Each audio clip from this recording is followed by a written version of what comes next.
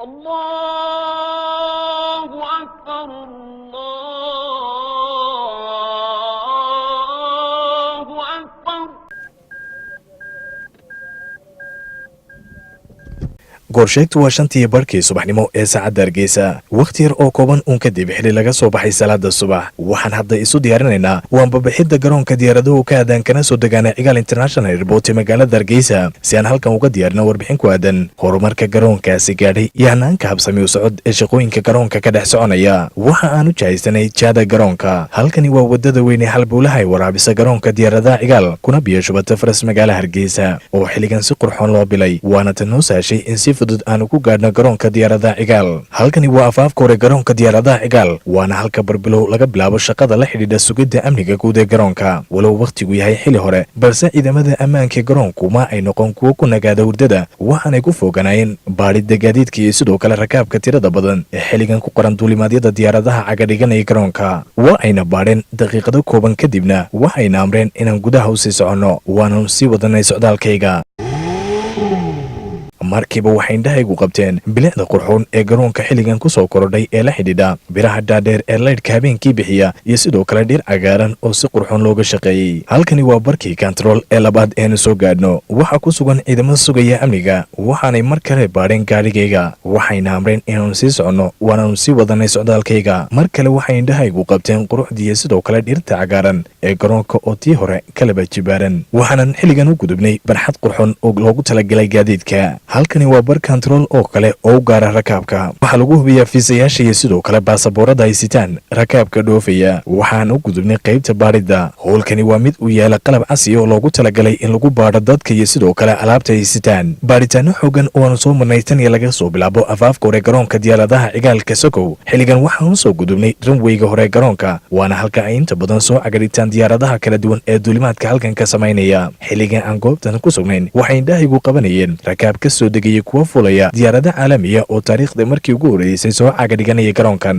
Air Arabia Fly Dubai Ethiopian Airlines Djibouti Airways sidoo kale African Airways oo dhammaantood halkan rakaab ku dejinaya kuwa kalena qaadaya waxaan kala sheegaystay qaybo ka mid ah rakaabka inta badan halkan socdaalka ku mara runtii bilicda ka muuqata madaarka iyo runtii isbedelka qof kasta oo reer Soomaaliland uu dareemaya iyo diyaaradaha ka shaqeeyaan soo fursanaya caalamiga waan anu dadka dalka jooga baan ahay inta badan waana safraayo nin ganacsada baan ahay oo bishan oo kale 2 jeer baan ka dhoofay madaarkan uu garanaya qof kasta dadka qurba joogta runtii aad u isticmaala airportka sidoo ahaan jiray iyo bilicda maanta ka muuqata iyo diyaaradaha caalamiga ah soo fadhiisanaya kasta oo damiirkiisu wanaagsan yahay waa wuxuu ku farxo marka waa ku diyaaradaha caalamiga iyo bilicda ka muuqata iyo dadka soo degaya runtii waa wax lagu farxo kaliya Soomaali maaha shacabka rakaabkii halkan ka duula balse waxa ku jira ajaanib socdaal ku yimaada Somaliland qaar ka mid ah ayaa iiga waramay waxa ay kala kulmeen garoonka My name is Ashraf Mohammed. Sof Mohammed, is it first time that you are coming there? Yeah, that's impressed,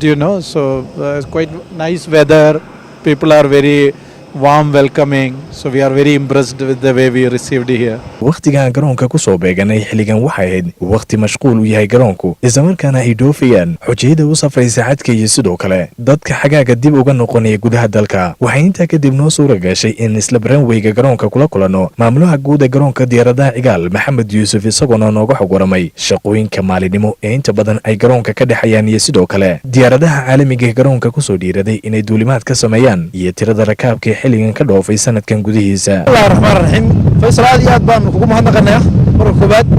marlabaadka Soomaali keebina aad baan ugu mahadnaqaynaa Faisal waad la socotaa waad aragtaa shaqada baaxadda leh ee culayska leh ee ilaa iyo saaka ku dhawaad 3 habeenimo ka socotay ilaa iyo waqtiga aynu socono waad arki kartaa garoonka diyaaradaha ka gooshaya ee caalamiga ah ee hadda fadhiya African Express Fly Dubai Al Arabia Ethiopian Airlines iyo Djibouti Airways oo aynu sugayno waxaan doonayaa inaan underline gareeyo waa markii ugu horeysay ee taariikhda Somaliland garoonka caasimadda ee Cigaal International Airport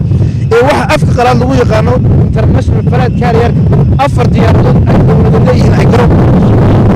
taariikh u soo hoyteen qaranka Jamhuuriyadda Soomaaliya وتاريخ وزيردي كلا دنبيي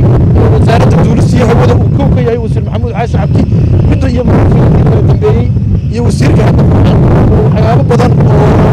وحتى والسودان وحنا وقت بدنا يوصل تكلمين ودريمي كرتها دتك باسنجر كا حلقن حاجة خدوا فيها وجاشتها يدتك حاجة نقرية وترى وما وتاريخ مركي يجوه الرئيسي دتك سوبرمان وأنا مركي يجوه الرئيسي ودت إنتالك إيه حد النمبر إنتالك وباسنجر كا يشقاله مدارك وباسنجر إنتالك وأديكو وحنا نقرأ الشقة بسمله وفن وشقارها بسهل أي كم وقته أيانو أذيقاس إن شاء الله تعالى جعل الله إنه قلنا ماذا سن بتقليل أو في عام أيانو إن شاء الله يدون رجينا وحكوا إذا نعم تقول هنا الحصة مربى مريكسي دمي مدار كان متدور يهر مربى أي سبعين ساعة حكومة مدحوين أحمد سيرانيو هو مركزي متدور كادت كان وحنا الدريمين بريجي هو ديارته دياردي مك أفر كيس صباح لما صلاة دي صباح مركي اللي قلت كده دبي كسوق عادي ساكت دتكي وحي كقرعنا يا هرجيسة دتكي هرجيسة كقرعنا